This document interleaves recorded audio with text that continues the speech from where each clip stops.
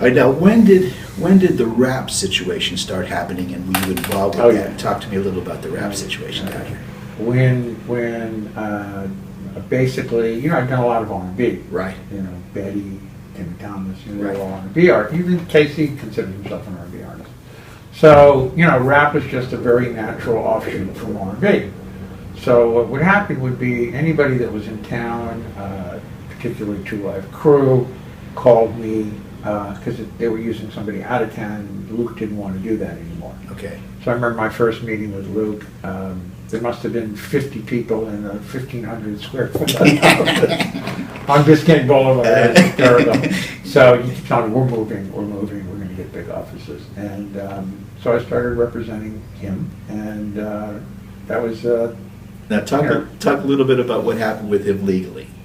Okay, well, he got arrested, which really led to the $5 million Atlantic deal that I did. But talk to me, why did he get arrested? What was the basis of the... Yes, as we all know, Two Live Crew used curse words, sexual descriptions. Explicit. Right. Descriptions, but all verbal. It was never anything visual. So we basically, he did a performance in Broward County of the album. Right. And Broward County said, if he performs the album here, we're going to arrest him, which they certainly did. So it made newspapers and news across the country, really around the world. Right. And it was all just because of the explicit language. Absolutely. That was it. Absolutely. Nobody had heard anything like that in public before. It was pretty rank. Yeah, but I remember. Again, that's just taste. That's just... Obscenity has some very strict rules of what is obscene. And one of them is it turns you on. They call it prurient interest.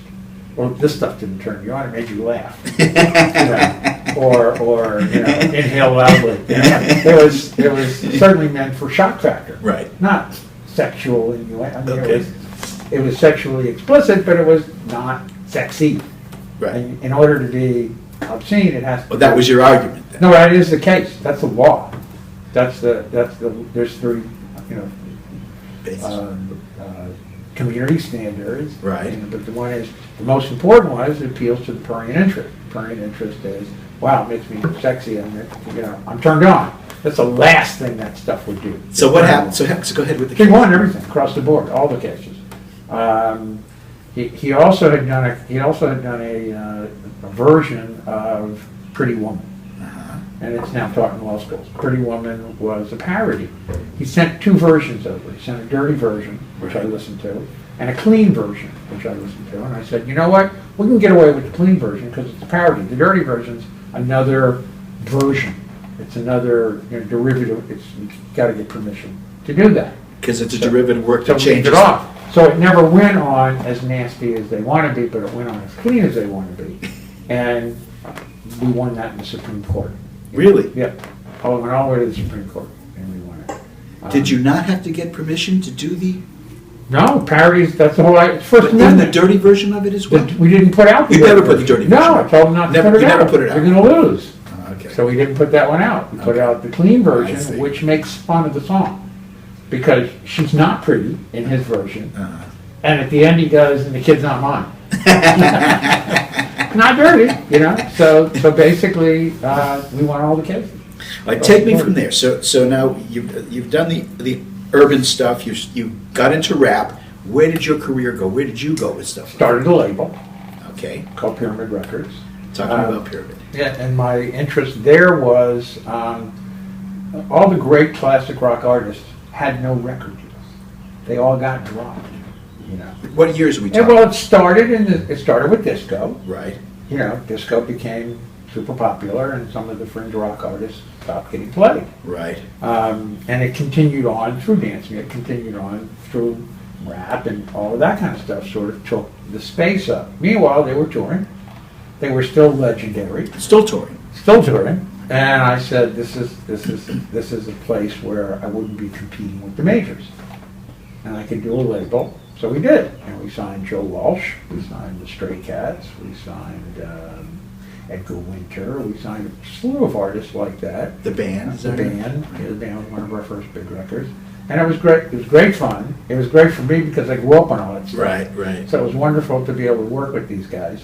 And Earth, Wind, and Fire. I mean, it was a wonderful time. And all of a sudden, the majors went, wait a minute, these guys are valuable. Uh-huh. They can sell, and now they're all on major labels. All major labels again. Sure.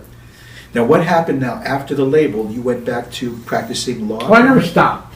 To me, it's weird because I feel like I'm getting paid to do something I like, you know, which is a strange thing. You know?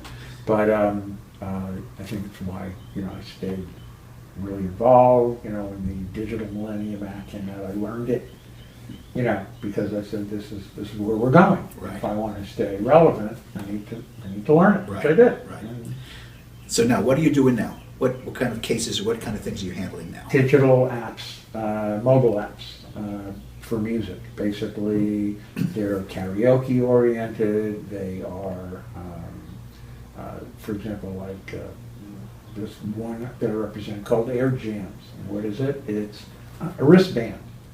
It's Bluetooth, so you download the app and Right. it comes with the music. Right. The music's basically bass, drums, and a guitar line that you play by moving your wrist. No. Absolutely. No. So, you know, the publishers go, what the heck is this? And I said, well, we want to use the name of the song.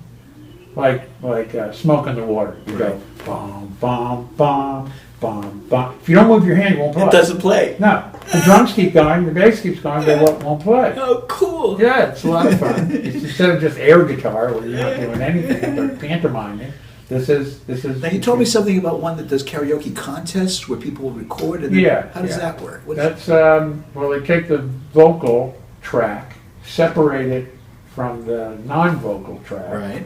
And so it does a comparison. So when you sing into it, when you download the app, you take the song, you sing along with the song, it tests your vocal against the original vocal, and it grades you. in a sense. Right. So if you don't do a good job, you. Now, did you say something about people compete? Yeah, yeah. Basically, there's another app, very similar, out of Israel that I represent, that you get a grade. You actually get graded. So you Okay. sing the song, let's say it's, I Want to Hold Your Hand. You sing the song, and then it tells you got an 85. You contact a friend and say, I got an 85, see if you can beat me. And it becomes a competition Oh, cool. that way. The other one that's an American app is actually a contest, and the winner gets a record deal. No. Yeah, Universal. No. So it's crazy stuff. So that's where things have gone. Sure. And I presume there's money in this now. Oh yeah. Oh, there's tons of money. You know, it's where the music sector has moved to the digital. Isn't that interesting? That's Alan, this is great. Thank you My so pleasure. much for taking this time, man. Thanks a lot. It's great seeing you, man.